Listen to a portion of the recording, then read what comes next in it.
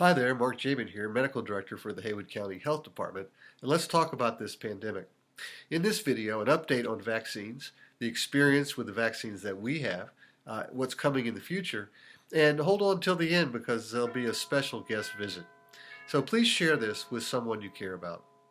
As of this week, somewhere between around 8,500 people in Haywood County have received at least their first dose of vaccine, and that includes those vaccinated by the health department and hospital, Blue Ridge Community Health, and long-term care facilities. It does not include those vaccinated at the VA or in other counties. To date, there have been no serious adverse reactions here. There have been 2 people who were sent to the hospital within 15 minutes of getting their injection, but neither was related to the vaccine. Nationally, as of January 18th, the rate of serious anaphylactic reactions across the country after a first dose from Moderna, 2.8 per million injections, and for Pfizer, 5 per million injections. Quite unusual. And 95% of those occurred within the first 30 minutes after injection.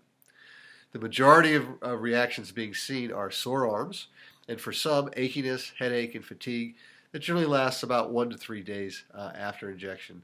And this happens more so after the second shot. And by the way, it's okay to take Tylenol or ibuprofen for these symptoms. There is also now a well-recognized delayed reaction being called COVID arm, a reddish area, sometimes itchy, a few inches around the injection site. What's really strange is that it doesn't begin until 5 to 10 days after the injection and generally resolves within a couple days to a week. And having these reactions just shows that your immune system is acting. And by the way, none of these reactions would affect the timing of a second dose. We have seen quite a few people who have become infected with COVID between their doses or had a close contact exposure. And in either case, it's okay to get the second shot once criteria are met to end isolation or quarantine. On the new vaccine front, there is now a vaccine that has completed its phase 3 trials. This is the Johnson & Johnson vaccine. They're in the process of applying for emergency use authorization. And the preliminary data shows around 66% efficacy for moderate to severe disease. And that ranges between 72 and 57% across several variants. But more importantly, 85% efficaciousness against severe disease, hospitalization, and death.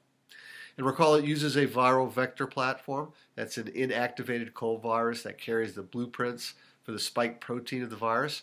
That's the part that stimulates an immune response. Carries that blueprint into the cell so that spike protein can be made. And it's a single shot. It does not require cold storage like the mRNA vaccines do. So look for it to be available in early March if everything goes without a hitch, and that would dramatically increase the supply of vaccine. Although not something we will see in the United States, we finally have reports of Sputnik, that's the Russian vaccine, which also uses a viral vector platform. And it looks to be about 92% efficacious. Further evidence that a viral vector platform is a viable way to deliver this vaccine. So if you want to keep up with the vaccine rollout in Haywood County, look for the weekly update press releases that come out each Friday. You can see it at the county website, www.haywoodcountync.gov. If you go under the coronavirus info banner at the top and then look for news along the left-hand side. And that'll keep you up to date about where we are in terms of priority lists, what the expectations are, and a lot of good information about what we're experiencing with the vaccines here. So, if you will, welcome back my buddy. Believe it or not, he's older than 75 and he's been vaccinated. And look what he's doing, wearing his mask. Remember, the goal here is twofold. Number 1, get vaccinated to protect yourself. And number 2, get enough of us vaccinated to protect the community. So follow his lead, because until then, vaccinated or not, it's really important to keep following the protective public health measures. So be well and be careful, especially right now. Thanks for coming.